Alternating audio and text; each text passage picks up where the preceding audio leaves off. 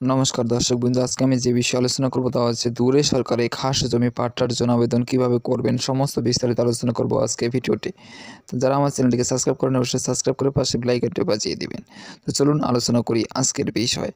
তো যারা খাস জমি পাট্টার জন্য আবেদন করবেন, কিভাবে আবেদন করবেন দুয়ারে সরকারে, তো দুয়ারে সরকারে পাট্টার জন্য আবেদন করবেন কিভাবে, সমস্ত বিস্তারিত আলোচনা করেছি আমি এই ভিডিওতে।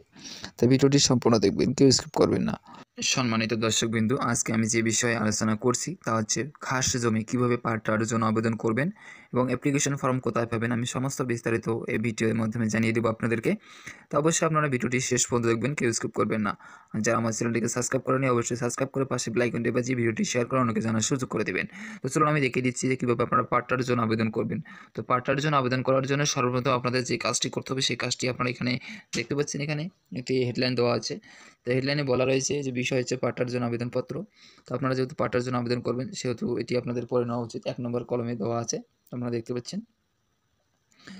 বলা রয়েছে যে ১০/৭/১৯৭৫ এই তারিখের আগে এবং পরে যে সমস্ত ব্যক্তি জমির দখল করিতেছেন অথচ সরকারি পাট্টা লাভ করেন নাই তাহার নাম কিন্তু এইখানে স্পষ্টভাবে লিখে দিতে হবে।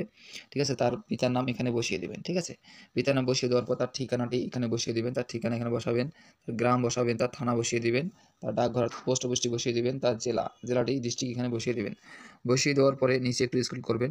নিচে একটু স্ক্রল করলে দেখতে পাচ্ছেন এখানে লেখা রয়েছে দখলকৃত জমির বিবরণ ও খাস জমির বিবরণ। আপনারা অবশ্যই বুঝতে পেরেছেন যে দখলকৃত জমি আর খাস জমির বিবরণ, অর্থাৎ আপনি যে জমিটি দখল করে খাচ্ছেন এখন থেকে, ঠিক আছে? যে জমিটি আপনি দখল ধরে খাচ্ছেন এখন থেকে সেই জমিটির বিবরণ চাওয়া হচ্ছে। তো সেই জমিটি কোন ঠিকানা রয়েছে সেই ঠিকানাটি এখানে লিখে দিবেন। তারপরে কোন গ্রামে অবস্থিত সেই গ্রামটি এখানে লিখে দিবেন। তারপর কোন থানায় অবস্থিত সেই থানাটি এখানে লিখে দিবেন। তারপর কোন পোস্ট অফিসে রয়েছে, ডাকঘর মানে হচ্ছে পোস্ট অফিস, তো কোন পোস্ট অফিসে রয়েছে সেটা এখানে বসিয়ে দিবেন। তারপরে কোন জেলায় রয়েছে সেই জেলাটি এখানে লিখে দিবেন এবং মৌজা কোন মৌজায় রয়েছে জমিটি সেই মৌজাটি এখানে লিখে দিবেন এবং দাগ নম্বর কত রয়েছে সেই দাগ নম্বরটি এখানে বসিয়ে দিবেন। তারপরে জমিটির জেএল নাম্বার কত রয়েছে সেই জেএল নাম্বারটি এখানে বসিয়ে দিবেন এবং জমির পরিমাণ কতটুকু রয়েছে সেই পরিমাণটি এখানে লিখে দিবেন। পরিমাণ লেখার নিয়ম হচ্ছে যদি আপনার ১০ শতক হয় তাহলে 0.10 লিখে দিবেন, ব্যাস, তাহলে হবে ১০ শতক। ঠিক আছে? এভাবে লিখবেন। তো এরপরে নিচে দেখতে পাচ্ছেন ৫ নম্বর কলমে, তো ৫ নম্বর কলমে কী বলা রয়েছে আপনারা একটু দেখে নেই। তো ৫ নম্বর কলামে বলা রয়েছে যে দখলকৃত জমি পূর্বে কাহারো নামে পাট্টা হইয়া থাকিলে তাহার নাম, যদি দখলকৃত আপনি যে জমিটি দখল করে রয়েছেন সেই জমিটা যদি পূর্বে কাহারো নামে মনে করুন যে পাট্টা হয়ে গেছে তাহলে তার নাম এখানে দিতে হবে। ঠিক আছে? আর যদি না হয় তাহলে এখানে না লিখে দিবেন। ঠিক আছে? যে না হয় তাহলে এখানে না লিখে দিবেন। আর যদি হয় তাহার নাম লিখলে তার পিতার নাম এখানে বসিয়ে দিবেন। তার ঠিকানা কী রয়েছে সেই ঠিকানা বসিয়ে দিবেন। তারপর গ্রামটি বসিয়ে দিবেন। তারপর ডাকঘর বসিয়ে দিবেন। ডাকঘর মানে হচ্ছে পোস্ট অফিস। পোস্ট অফিসটা এখানে বসাবেন। থানাতে হচ্ছে হলো আপনার ব্লকটি এখানে বসিয়ে দেবেন। তারপর আপনার জেলা মানে হচ্ছে ডিস্ট্রিক্ট, তো ডিস্ট্রিক্টটি এখানে বসিয়ে দেবেন। বসিয়ে দেওয়ার পর যদি থাকে, কথাটি হচ্ছে যদি আপনার এই জায়গাটা যে রয়েছে ঘরগুলো এই ঘরগুলো যদি আপনাদের দখলকৃত যে জমিটি দখল করে খাচ্ছেন সেই জমিটি যদি অন্য কারো নামে পাট্টা থেকে থাকে তাহলে কিন্তু এখানে নামটি লিখবেন, নাহলে কিন্তু এখানে না লিখে দিবেন। ঠিক আছে? নাহলে এখানে সরাসরি না লিখে দিবেন। বুঝতে পারছেন তো? যদি কারো নামে না থাকে তাহলে এখানে না লিখে দিবেন, কোনো সমস্যা নেই। তারপরে নিচে দেখতে পাচ্ছেন ৬ নম্বর কলামে যে আবেদনকারীর কোনো শ্রেণীভুক্ত নিজস্ব জমির পরিমাণ, যে আবেদন করতেছে তার যদি কোনো শ্রেণীভুক্ত নিজস্ব জমি থেকে থাকে তাহলে এখানে দিবেন, আর না থাকলে একদম না লিখে দেবেন। ঠিক আছে? কোনো সমস্যা হবে না। তারপর ৭ নম্বর পয়েন্টে বলা রয়েছে যে আবেদনকারীর ইংরেজি কোন সন হইতে ভোগ দখল করিতেছেন, মানে যে আবেদন করছে সে কত সাল থেকে এখানে আবেদন করতেছেন। আপনি সরাসরি ১৯৯৫ লিখে দেবেন। ঠিক আছে? ১৯৭৫ বা ৭১ লিখে দেবেন। ১৯৭৫ বা ৭১ লিখে দিবেন। ঠিক আছে? এর আগে পিছে কিন্তু করবেন না। নাহলে কিন্তু আপনার পাটাটি না হওয়ার সম্ভাবনা রয়েছে। এটি একটি ভেরি ইম্পোর্টেন্ট বিষয়। তারপরে দেখতে পাচ্ছেন তাহার সনটি এখানে লিখে দিবেন যে ১-২-১৯৭৫ লিখে দেবেন অথবা ৭১ লিখে দেবেন। এভাবে লিখে দিবেন, কোনো সমস্যা নেই। তাহার মেমো নাম্বার এখানে নেই, এখানে না করে দিবেন। তো এটা ফাঁকাই রাখবেন, কিচ্ছু লিখবেন না। এখানে ফাঁকা রাখবেন, এখানে কিচ্ছু লিখবেন না। ঠিক আছে? মেমো নাম্বারের জায়গায় কিন্তু ফাঁকা রেখে দিবেন। এখানে ফাঁকা রেখে দিবেন। তারপরে তারিখটিতে আমি বলে দিলাম, যে তারিখটি লিখে দিলাম একটু আগে সেই তারিখটি এখানে বসিয়ে দিবেন। এবং এখানে একটি বিশেষ ভেরি ইম্পর্টেন্ট বিষয় আপনারা এখানে দেখতে পাচ্ছেন হয়তো। এখানে একটি বিষয় হচ্ছে যে দেখতে পাচ্ছেন গ্রাম পঞ্চায়েত প্রধানের মতামত। তো এখানে এই ফর্মটি বিএলও অফিসে জমা দেওয়ার আগে কিন্তু আপনার গ্রাম পঞ্চায়েত যে রয়েছে সেই গ্রাম পঞ্চায়েত অর্থাৎ প্রধান, সে প্রধানের কাছে গিয়ে একটা মতামত দিতে হবে। সেই মতামত দিবে এখানে। মতামত দেওয়ার পরে নিচে দেখতে পাচ্ছেন মতামত এখানে লিখে দিবেন, ঠিক আছে। এখানে 2 লাইনের কিছু কথা লিখবেন যে এনাকে আমি চিনি ও জানি যে এনার জমিটি এতদিন যাবৎ ভোগ করিতেছে, কিন্তু ইনি এখনও কোনো পাট্টা পাননি, তাই পাট্টা আবেদন করছে। এনার জমিটি তদন্ত করে পাট্টার জন্য বা পাট্টা করে দেওয়া হোক, এরকম একটু মতামত দিবে।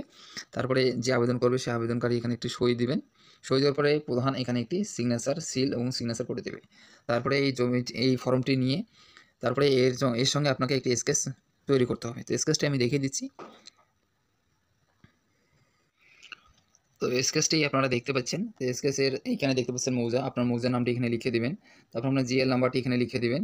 তারপর আপনার থানা, যেটা থানা রয়েছে সেই থানাটি এখানে লিখে দিবেন। তারপর আপনি যে জিএল নাম্বার বা আপনার খতিয়ান নাম্বার যে থেকে থাকে সেটা এখানে বসিয়ে দিবেন। তারপর আপনার জেলার নামটি এখানে বসিয়ে দিবেন। বসিয়ে দেওয়ার পরে নিচে দেখতে পাচ্ছেন যে স্কেল, এটার মানে হচ্ছে আপনি যে নকশা দেখে এই স্কেচ ম্যাপটি তৈরি করেছেন সেই নকশার কতটুকু মাপ রয়েছে সেই মাপটি এখানে বসিয়ে দিবেন। সেই মাপটি এখানে দেখে বসিয়ে দিবেন, তাহলে তাদের সুবিধা হবে যে আপনি কোন ম্যাপ থেকে এই স্কেচটি তৈরি করেছেন, ঠিক আছে। তারপরে নিচে আসবেন, নিচে এসে আপনারা দেখতে পাচ্ছেন যে ম্যাপের সফট এরকমভাবে একটি ম্যাপ তৈরি করে দেবেন, ঠিক আছে। ম্যাপটি আপনারা দেখতে পাচ্ছেন যে ম্যাপের পরিমাণ, প্রস্তাবিত দাগ, এখানে সমস্ত কিছু রয়েছে। আমি আর বিস্তারিতভাবে বলে দিচ্ছি না, আপনারা এভাবে তৈরি করে নেবেন। তবু আমি একটু বিস্তারিত বলে দিচ্ছি। আপনারা দেখতে পাচ্ছেন যে প্রস্তাবিত দাগ, ঠিক আছে। প্রস্তাবিত দাগ, যে দাগটি চিহ্নটি রয়েছে সেই চিহ্নটি এখানে দেখতে পাচ্ছেন, সেই চিহ্ন দাগটি কিন্তু এই জমিটি রয়েছে। যে প্রস্তাবিত দাগের নাম্বার, জমির পরিমাণ কতটুকু, সেই জমির পরিমাণটিও লিখে দিবেন। লিখে দেওয়ার পরে এই ফর্মটি, এই কাগজটি আর যে আমি একটু আগে যে দেখালাম পাট্টার জন্য আবেদন, এই দুটি একসঙ্গে অ্যাটাচ করে একটি ফটো নেবেন।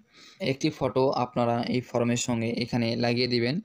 লাগিয়ে দেওয়ার পর আরও এক্সট্রা 3টি ফটো এখানে আপনারা স্ট্যাম্প করে লাগিয়ে দিবেন। লাগিয়ে দেওয়ার পর এই ফর্মটি আর স্কেচ ম্যাপটি যেটি আমি দেখিয়ে দিলাম সেই স্কেচ ম্যাপটি সহ এখানে পিন আপ করে আপনার যে জমির, খাস জমি যে আপনি কিনেছেন, যে ভোগ দখল করে খাচ্ছেন, সেই জমিটির সমস্ত রকমের ডকুমেন্ট নিয়ে, অর্থাৎ সেই জমিটি যে নিয়েছেন সেই জমিটি লিখিত হয়েছে বা স্টাডি হয়েছে সেই কাগজপত্রটি নিয়ে আপনারা এর সঙ্গে অ্যাটাচ করে দিয়ে জেরক্স করে দিবেন। আপনার আধার কার্ড, ভোটার কার্ড, যা কিছু আপনার ডকুমেন্ট রয়েছে সেই ডকুমেন্টগুলো, সমস্ত ডকুমেন্ট দিবেন। দেওয়ার পরে আপনারা বিএলও অফিসকে জমা দিবেন। বিএলও অফিসে জমা দিলে আপনার 7 থেকে 20 দিনের মধ্যে কিন্তু আপনার পাট্টাটি হয়ে যাবে। তখন আপনাকে সেই পাট্টাটি নিয়ে আপনি নিশ্চিন্তে জমিটি ভোগ দখল করে খেতে পারবেন, কোনো সমস্যা নেই। তো ভিডিওটি কেমন লাগলো অবশ্যই জানাবেন। আর যারা ভিডিওটি দেখেছেন সম্পূর্ণ তাদেরকে জানাই অসংখ্য ধন্যবাদ। আর যারা আমার চ্যানেলটিকে সাবস্ক্রাইব করেনি অবশ্যই সাবস্ক্রাইব করে নেবেন, আর পাশের বেল আইকনটি বাজিয়ে দিবেন। ভিডিওটি শেয়ার করার অনুরোধ রইল। তো এখানে শেষ করছি, আবার দেখা হচ্ছে পরবর্তী ভিডিওতে। ততক্ষণ গুড বাই।